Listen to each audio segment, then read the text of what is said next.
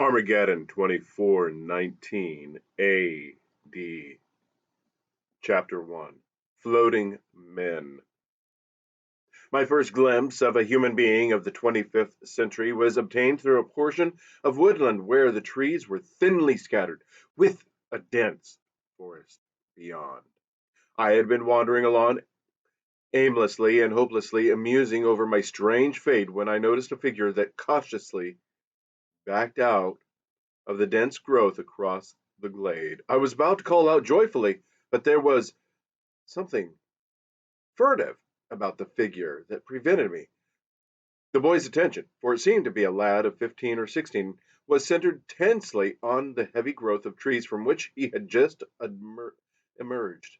He was clad in a rather tight-fitting garments, entirely of green, and wore a helmet-like cap of the same color. High around his waist he wore a broad, thick belt which bulked up in the back across the shoulders into something of the proportions of a knapsack. As I was taking in these details, there came a vivid flash and heavy detonation, like that of a hand grenade, not far to the left of him. He threw up an arm and staggered back a bit in a queer, gliding way. Then he recovered himself and slipped cautiously away from the place of the explosion, crouching slightly, and still facing the denser part of the forest. Every few steps he would raise his arm and point into the forest with something he held in his hand. Wherever he pointed, there was a terrific explosion, deeper in among the trees. It came to me then that he was shooting with some form of pistol, though there was neither flash nor detonation from the muzzle of the weapon itself. After firing several times, he seemed to come to a sudden resolution and turning in my general direction, leaped, to my amazement, sailing through the air between the sparsely scattered trees in such a jump as I had never seen in my life seen before.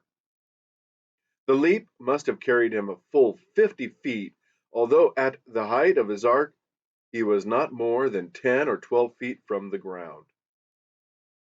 When he alighted, his foot caught in a projecting root, and he sprawled gently forward. I say gently, for he did not crash down as I expected him to do. The only thing I could compare it with was a slow motion camera, although I had never seen one in which horizontal motions were registered at normal speed and only the vertical movements were slowed down.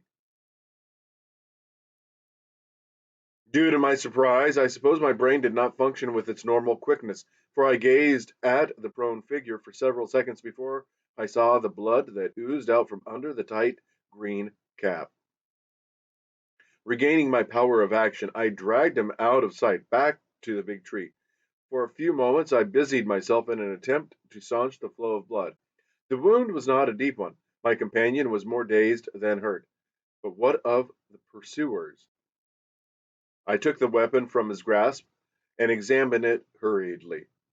It was not unlike the automatic pistol to which I was accustomed, except that it apparently fired with a button instead of a trigger. I inserted several fresh rounds of ammunition into its magazine from my companion's belt as rapidly as I could, for soon I heard near us the suppressed conversation of his pursuers. There followed a series of explosions round about us, but none very close. They evidently had not spotted our hiding place and were firing at random. I waited tensely, balancing the gun in my hand to accustom myself to its weight and probable throw. Then I saw a movement of green foliage of a tree not far away, and the head and face of a man appeared. Like my companion, he was clad entirely in green, which made his figure difficult to distinguish, but his face could be seen clearly. It was an evil face, and had murder in it. That decided me. I raised the gun and fired. My aim was bad, for there was no kick in the gun, as I had expected, and I hit the trunk of the tree several feet below him. It blew him down from his perch like a crumpled bit of paper, and he floated down to the ground like some limp, dead thing gently lowered by an invisible hand. The tree, its trunk blown apart by the explosion, crashed down. There followed another series of explosions around us. These guns were using made no sound in the firing, and my opponents were evidently as much at sea as to my position as I was to theirs. So I made no attempt to reply to their fire, contenting myself with keeping a sharp lookout in their general direction, and patience had its reward. Very soon I saw a cautious movement in the top of another tree. Exposing myself as little as possible, I aimed carefully at the tree trunk and fired again. A shriek followed the explosion. I heard the tree crash down, then a groan. There was silence for a while. Then I heard a faint sound of boughs swishing. I, I shot 3 times in its direction, pressing the button as rapidly as I could. Branches crashed down where my shells had exploded, but there was no body. Then I saw one of them. He was starting one of those amazing leaps from the bough of one tree to another, about 40 feet away. The, I threw up my gun impulsively and fired. By now I had gotten the feel of the weapon, and my aim was good. I hit him. The bullet must have penetrated his body and exploded. For one moment I saw him flying through the air, then the explosion, and he had vanished. He never finished his leap. It was annihilation. How many more of them there were, I don't know, but this must have been too much for them. They used a final round of shells on us, all of which exploded harmlessly, and shortly after I heard them swishing and crashing away from us through the tree tops. Not one of them descended to earth. Now I had to give some attention to my companion. She was, I found, a girl, and not a boy. Despite her bulky appearance, due to the peculiar belt strapped round her body, high up under the arms, she was very slender and very pretty. There was a stream not far away from which I brought water and bathed her face and wound.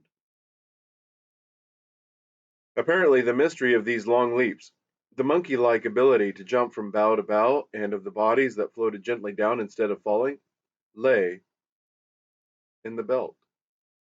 The thing was some sort of anti gravity belt that almost balanced the weight of the wearer, thereby tremendously multiplying the propulsive power of the leg muscles and the lifting power of the arms. When the girl came to, she regarded me curiously as I did her, and promptly began to quiz me. Her accent and intonation puzzled me a lot, but nevertheless we were able to understand each other fairly well, except for certain words and phrases. I explained what had happened while she lay unconscious, and she thanked me simply for saving her life.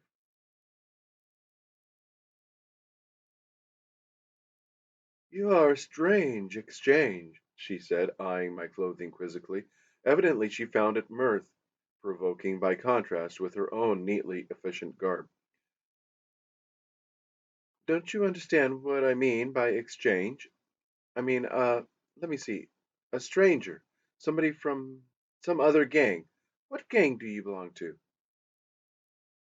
She pronounced it "gone" with only a suspicion of a nasal sound. I laughed. I'm not a gangster, I said, but she evidently did not understand this word. I don't belong to any gang, I explained, and never did. Does everybody belong to a gang nowadays?